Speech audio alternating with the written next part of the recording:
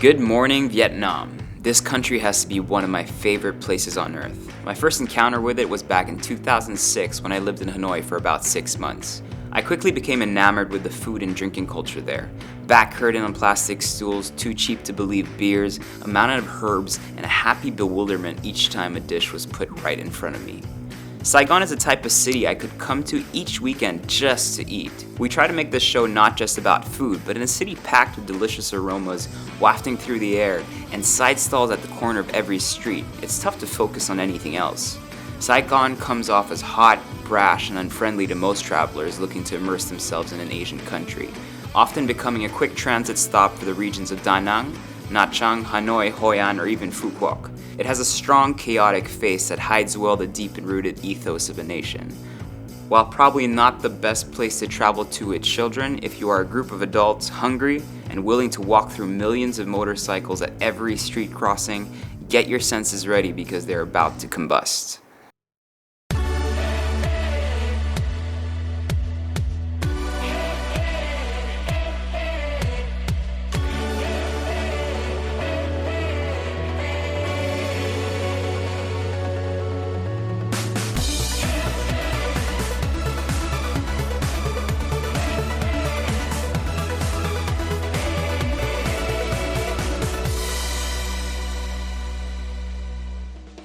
Ho Chi Minh or Saigon is one of those cities that is just so full of life and full of energy. And today where we stand is kind of a testament of what the city is today. Behind us we have the Notre Dame Cathedral, which is a remnant of the French colonization, and we're surrounded by lots of different Vietnamese restaurants. So I think that's what Saigon is today, is a good mix of both what is traditional French, traditional European, and traditional Vietnamese. For this episode, I have a very special friend joining me, Chef JP Anglo. I needed an extra stomach, I think. And JP, what are you expecting in this trip, man? Anything, man. I'm open to everything that you're gonna feed me. It's all new to me. This is all new to me, so I don't know what to expect. The whole point of overnight is we're gonna show people what are the best places to eat, what are the best places to drink, what are the best places to have fun and kind of go out, and then we'll try to do that in a 24 to 36 hour time frame. All right. You up for it? Let's get to it. You will land at the Tan Son Nhat International Airport, which is located just 6 kilometers from District 1, so it should take you, without traffic, about 20 minutes to get into the city. Refreshing in Asia. However, the new airport is planned to open in 2020 and is located 50 kilometers from the city, so come to Saigon now if you can. If you need some quick cash and in need of the dong, airport exchange rates are usually quite decent. So we are now in Saigon, and a lot of things you have to remember when you land at the airport in Saigon. The best way to get to the city is a taxi, but there are so many different scams and it can be a little aggressive. So use two different types of companies that I usually trust, the Mylin and the Venus Sun company. You can see their colorways, identify them, and use them. So this time around we actually decided to book our hotel, or our room rather, through Airbnb. So it's right here on my app, so we're checking it right now. What's cool is that you have a Google integration for Google Maps, so you know exactly where it is. And yeah, it was just really simple to book. I was talking to this girl called Han, and she set everything up for us, and the place looks awesome, and I'm sure we're gonna meet a lot of cool people over there. This time around, we decided to stay at the trendy, artsy boutique hostel, the Common Room Project. People from all over the world coming in and out, adding to the friendly house ambience. It made us feel as if we were living temporarily with a bunch of travelers. This makes it easier to share experiences and figure out what's not to miss in the city. Now I know it may seem typical, but the first thing I had to do was eat something out of a bowl. I've tried pho all over the world, but there's something about eating it in Vietnam that will never be matched. Outrageous humidity, cold stainless steel tables, and lots of pointing to be understood. So what better way to start our trip in Saigon but with a nice, hot, piping bowl of pho. I think it's JP's first time, so he seems to be really excited about it. And this is one of the best places for that. Just get the bowl with all the meat inside and kind of just enjoy it as much as you can. I'm so excited, let's get to it. Now there's always going to be a debate as to who sells the best bowl of pho. Honestly, they are all better than what you're probably eating right now. Other places I've enjoyed in the past are Pho Dao for northern style pho, Pho Hong for southern style pho, or Pho Phuong. We got the standard pho, which is basically all I think 4 meats inside. You've got tendons, you've got brisket obviously, which is the most traditional one, and then always served with like a shitload of herbs and bean sprouts, which I love because these things are so aromatic. And I don't know if you've ever tried the Vietnamese limes, but they're so sweet and so tasty. Usually they serve it, so you have chili, fish sauce, soy sauce. I love putting this like deep red chili, so good. It's about to be fire in my mouth. All right, I'm going for it. So JP, as a pho virgin, wow, first impression? Meaty and done with a lot of soul. Right? You can tell that they cooked it for a long time. And look at how they brace the beef.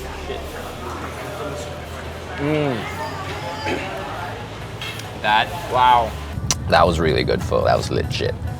So people you know may not recommend walking around because of all that heavy traffic, but I see it as an adventure.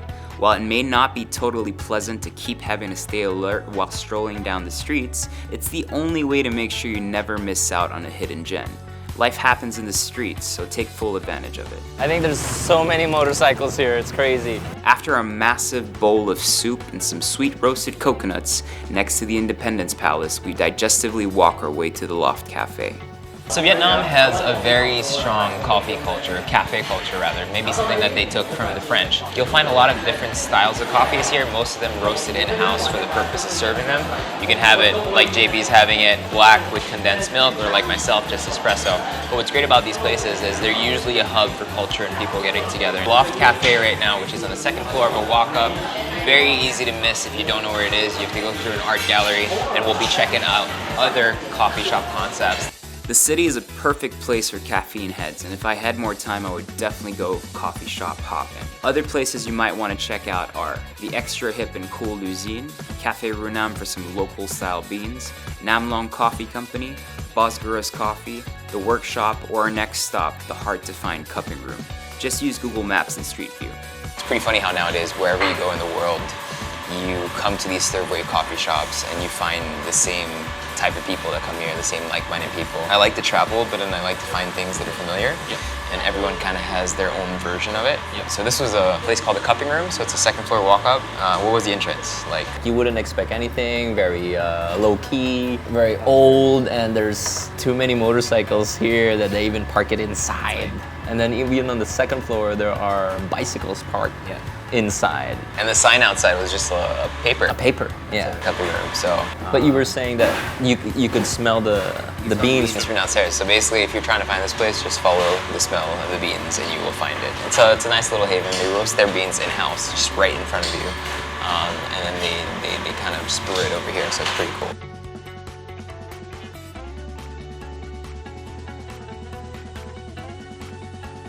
Not only that I'm eating and drinking so much coffee, I'm also learning lots about history and about life with Papa Erwan. And it's amazing when I'm with him. All these chicks look at me all of a sudden. Spill over, basically.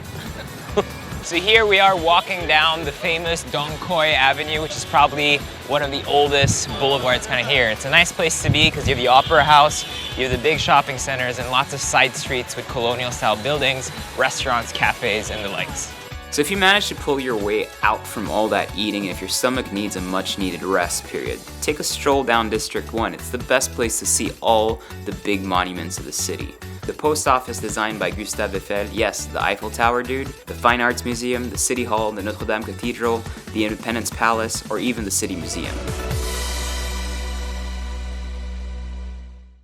Having worked up an appetite yet again, we set off into another food adventure. It's important to come to Saigon with a few notes of what are the must-try dishes, and to always try to leave some space for something unexpected. Here we go for a boon dish. Boon is basically anything with rice noodles in a bowl with a bunch of different toppings. So JP and I here, we're about to have bun tit nung, with apparently is two different types of pork. So we have pork shoulder, and we have some sort of pork sausage, which they're both marinated in lemongrass, soy, ginger, lots of the classical flavors. And apparently there's a secret ingredient that Madame here doesn't want to tell anyone. So these are like many of the lunch ladies in Saigon, which is pretty cool. They're here. She's been here for 40 years. Yep. 40 years making one thing and making it really well. So all that pork and then the spring roll, which you have over here, is then placed on top of rice noodles with like a Thai fish sauce dressing and some peanuts. It's so simple, but it looks absolutely delicious. Like, this is gonna be a killer meal, I can feel it. I can taste that crunch already. The noodles are loaded with so many textures. Deep fried pork fat, peanuts, crunchy Vietnamese spring rolls, and just so much love. Other noodle dishes you might want to try are the bun tit at Chi Thong, the bun bo, which is the beef version, at Bun Bo Hue Dong Ba, or the crab noodles at Bang Kang Kwa 87. Our blowout continues and we decide to go try some ban kut, which are small rice pancakes with shrimps and toppings. I hope I don't fuck this up. Oh, there you go. Now I won't fuck it up.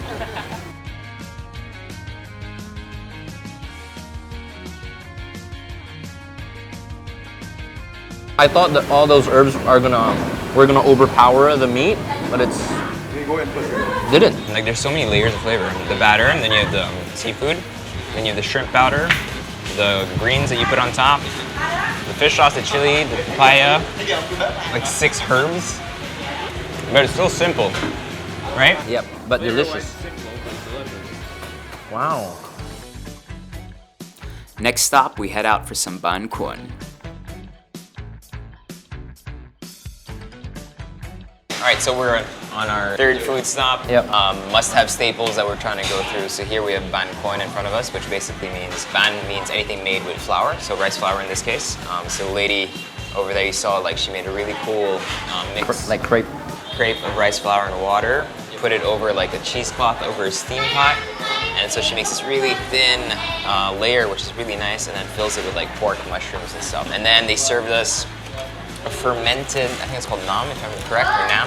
It's a fermented pork sausage, so it's raw pork wrapped in guava leaf with some vinegar, some sodium, just to kind of solidify it. It's nice and sour. And then finally a rice flour cake filled with coconut, and then little local Vietnamese pork hams. 2 kinds of tofu. 2 kinds of ham. Oh, ham. It's made out of pork. So it looks like tofu made out of pork. The non-traditional one that we have here, this skin is actually made out of cinnamon. That's what Seriously? she was Oh, telling okay. me. All right, let's try it out. I know this may seem like a lot, but I'll give you some other places you might want to try to check out along the way.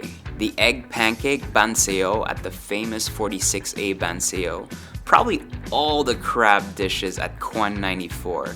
The blood sausage at Quan Lon is amazing, or even the delicious suckling pig at Lang Nuong. So we're in front of the Le Phang Tam Park. It used to actually be an old cemetery turned into a park. We're here to try out the papaya lady, or she's known as the papaya lady, a girl whose papaya salad has become so famous that sometimes she sells over 100 kilos of papaya. She's been doing it for 27 years, and because of this little business, this little stall you see behind me, she was actually able to send her son to university in the States. Little stories like that make you happy. So she's either at her cart in front of the park, or she has people going around the park with pre-prepared plates. If I were you, seek her out. We were there around 5 p.m. and things were in full swing. It has some awful beef jerky, fresh papaya, and lots of crunchy textures and flavors. No trip to Vietnam is complete without a banh mi. So now we're here at the very famous Ban Mai Thuat banh mi place. Ban my twat. Just can you just take one. you should pronounce it. all right, if you can see, there's so many people lining up, and everyone here is a local. We're the only foreigners here, and what's special about this place is that they put 7 different types of ingredients in the banh mi, right? Different kinds of meat, cold cuts, pâtés. So there's pork cheek, pork belly, some sort of ham. There's pork floss, cucumbers. This is what's it called? Hikama. Then you have a pork pâté. Then she put some margarine in there, and then these are little spring onions. Yep, and the bread, right? Flaky bread. They actually toast their bread, so it's nice and warm and flaky. Yeah, they toast it a la minute. Oh, sorry. You just wanted to say that, chick. I'm not doing that. So we forgot to mention a while ago that the good people bringing us around today with the private van are the people from Back of the Bike Tours right here. We'll put up their links and everything. Awesome tour. They can kind of actually bring you wherever you want to go and whatever you want to try. Just let them know and they'll modify it for you, which is pretty cool. Go home, take a shower, and be awakened by how the city just changes at night. If you're tired of eating out on the street and in places with no air conditioning, I personally don't see how that could be, but some other more upscale options would be Madhouse, the Secret Garden Restaurant, Refinery, Kwanbi for some local cuisine, Trois Gourmands, or Saigon Lookout. So finally, our resident grandfather has come out of his slumber. You feel better? Slightly. Okay. So he woke up and he basically said, I want to go to Bar Street. So we're here at Bio Viet. He wants to get a snack of drinks. We're just here to kind of drink beer. So people are kind of sitting all over the place and just drinking really cheap beer, about 50 cents per beer. It's pretty crazy. Really? 50 cents of $1 per beer. And yeah, so it's usually the place where people kind of start off. If you want something chill, this is where you need to be. If like us, you've had your fill of food and just want a nice stiff drink, Saigon has multiple watering holes to offer, from upbeat bars like Blanchie's Bromo Bar and the Pasteur Street Brewing Company for some nice craft beer, to hip and happening party setups at Chill Bar, Glow, or Lush. If your night stretches out to the wee hours, you can always count on the Underground Observatory for a down artsy beat of the city, or the always confusing Apocalypse Now. There are just so many options, so we just decided to ask some people who live here what they like to do in the city. I think I will first start with the Common Room project, because it's a place where you can be creative, you can meet people, you can play games, you can have some drinks. I think I will take them to a Broma bar in the center.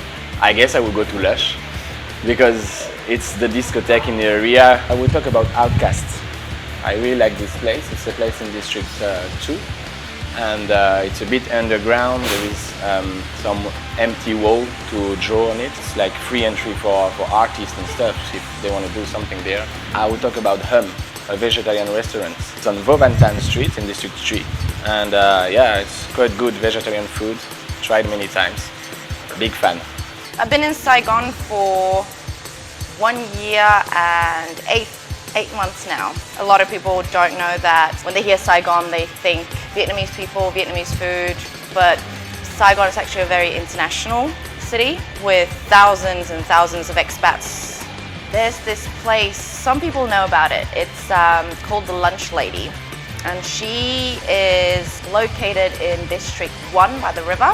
She has a menu which consists of different soups every day, traditional Vietnamese soups. She got very famous through Anthony Bourdain. Sunday morning. If you have a whole day in front of you, I would highly recommend taking a day tour of the Mekong River or diving into the underground of the Cu Chi tunnels used during the war. You could also have a look at the Jade Emperor Pagoda or the Vinh Nghiem Pagoda. So District 2 is a little bit more laid back and spaced out than the districts surrounding the center. It's a good peek on how the expats live, and if you ever decide on moving here, it'll give you a good indication on what to expect. It's filled with lots of good coffee shops, restaurants, and boutiques that could actually call for a full day of discovery. Alright, so we're here at District 2. Erwan took us to the posh side of Ho Chi Minh. This is where all the expats live. It's very refreshing to be here after all the street food that we've been eating. You guys stayed. I left early because I was a little bit sick. I ended up having a bowl of pho with my motorcycle driver, Yong. I'm so jealous that you got to do that. And it was so cool because literally it was by the street, so random. I go, hey, let's have pho. Then he goes, massage? I go, no, pho. Maybe he thought you meant prostitute. That's why. Did you say pho or pho? I kept saying pho. Okay. For people that don't know, pho means prostitute and pho means the soup, right? Yeah. Okay. But anyway, it was a good meal. We bonded in some ways, but we didn't really talk. But we just looked at each other and kept saying, good, good, good. We had one last stop to make. We tried to go back to that banh mi place just because we wanted to hoard a bunch of sandwiches to bring back to our friends in Manila. Unfortunately, just like many street vendors and street side restaurants in Saigon, it only opened after 3 p.m. in the afternoon. So we set out on the Bourdain path and paid a visit to his favorite lunch lady, even though it wasn't on the same day that he tried it, so we didn't get the same dish. Like every good stop in Saigon, you cannot come to the city without trying the lunch lady. Made popular, of course, by Anthony Bourdain. As we've been seeing, there are a lot of different lunch ladies and these kind of shops where people just pop up here and there. So yeah, we're here every day. The menu changes. We're here on a Sunday. It seems to have some sort of an egg noodle, like a mami noodle, some pork as well. So it looks really good, really flavorful. All these nice condiments. Everyone here is really lovely and really nice. So I'm super starstruck again that I was able to sit down with Tan the lunch lady. I'm a big Anthony Bourdain fan, and I've seen this online, and I can't believe that I'm here. Thank you, Erwan, for taking me here. Each time I leave Vietnam, my hunger pangs are satisfied, but I get hit with such sadness, knowing that I will not encounter that level of food until I come back again. Saigon is, in my opinion, a beautifully crazy Asian city that finds itself in the full upswing of development. With the rise of consumership, the erection of tall buildings, and the expectations of a nation's promise, the Vietnamese people are working hard at becoming a strong economic and cultural player in the region. Each time I come back, I experience something new, yet I feel like nothing's changed. A certain magic touch of combining both the unexpected with the wonderfully familiar. I will be back, because I always come back. Make sure to stay tuned for our next episode. We rent out a pimpin' apartment in Kuala Lumpur, explore the city's different cultures, and eat probably one of the spiciest meals of my life. Sweat and tears, but it's all worth it. Make sure to follow me on Facebook, Instagram, Twitter, and Snapchat for updates and behind-the-scenes pictures and videos. Also, don't forget to subscribe to my channel.